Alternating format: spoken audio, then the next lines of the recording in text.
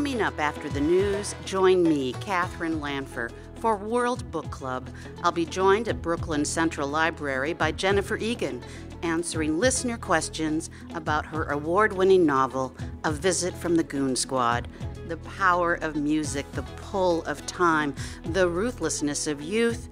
This book contains multitudes. I realized that in order to keep doing what I was doing, I needed to have each chapter be about a different person, and each chapter feel like it's part of a different book, which in a way is the critical decision.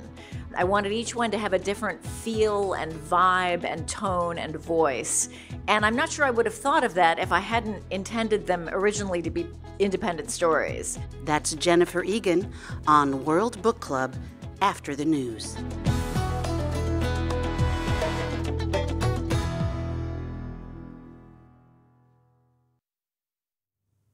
BBC News with Sue Montgomery.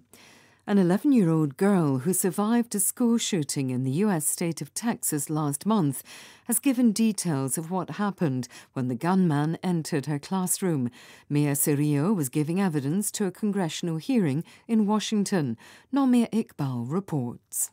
Mia Cirillo's address was pre-recorded. She said she was now scared of going to school. Her father was in the hearing and cried as he said his little girl was not the same anymore. The spate of recent shootings here has sparked a new round of bipartisan talks in the US Senate. But Democrats need at least 10 Republicans on board to pass any new laws. Conservatives want to protect the constitutional right to bear arms, and they object to limiting sales of the assault-style rifles used in the Uvalde shooting. A bipartisan group of senators are trying to find common ground, but that won't involve any sweeping reforms. The Democrat-controlled House is expected to approve the measures, but they are not expected to pass in the Senate. President Biden is opening a regional summit in Los Angeles, which has become bogged down in controversy before it begins.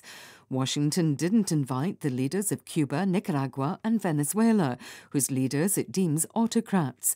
In protest, Mexico has led a boycott by several other nations. Secretary of State Antony Blinken outlined some of the summit's objectives. We'll push ourselves, we'll push our neighbors across the region to shore up the rule of law, free and fair elections, human rights, and other pillars of free and open societies. And we'll work together to address common threats to our democracies, from corruption to disinformation. We will double down on investing in climate resilience and adaptation to better equip our communities to deal with the changes to the environment that all of us are already experiencing.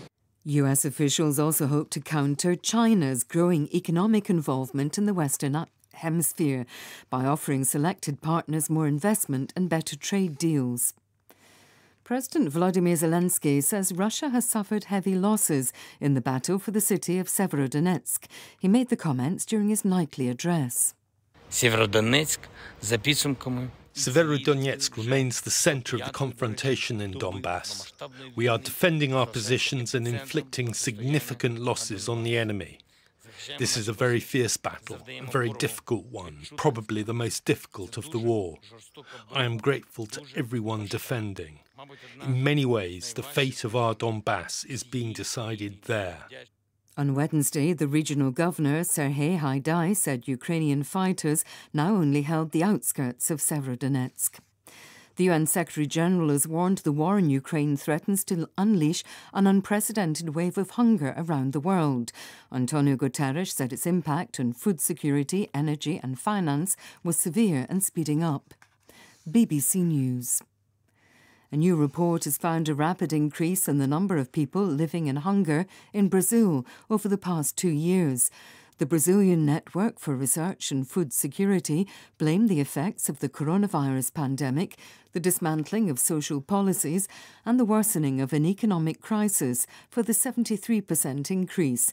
It called the rise an historic setback for a country that had made huge gains against poverty. A court in Los Angeles has sentenced a Mexican evangelical church leader to 16 years and 8 months in prison for sexually abusing 3 girls. Nason Joaquin Garcia, who runs the La Luz del Mundo church, pleaded guilty last week, shortly before he was due to go on trial. In return for his guilty plea, prosecutors dismissed the most serious charges he had faced. The Board of Governors at the UN nuclear watchdog, the IAEA, has adopted a resolution formally criticising Iran for failing to cooperate with it. Sebastian Usher has more details. The motion of censure against Iran by the IAEA was voted through overwhelmingly by the organisation's Board of Governors. It specifically criticised Tehran for failing to explain uranium traces found at 3 undeclared sites.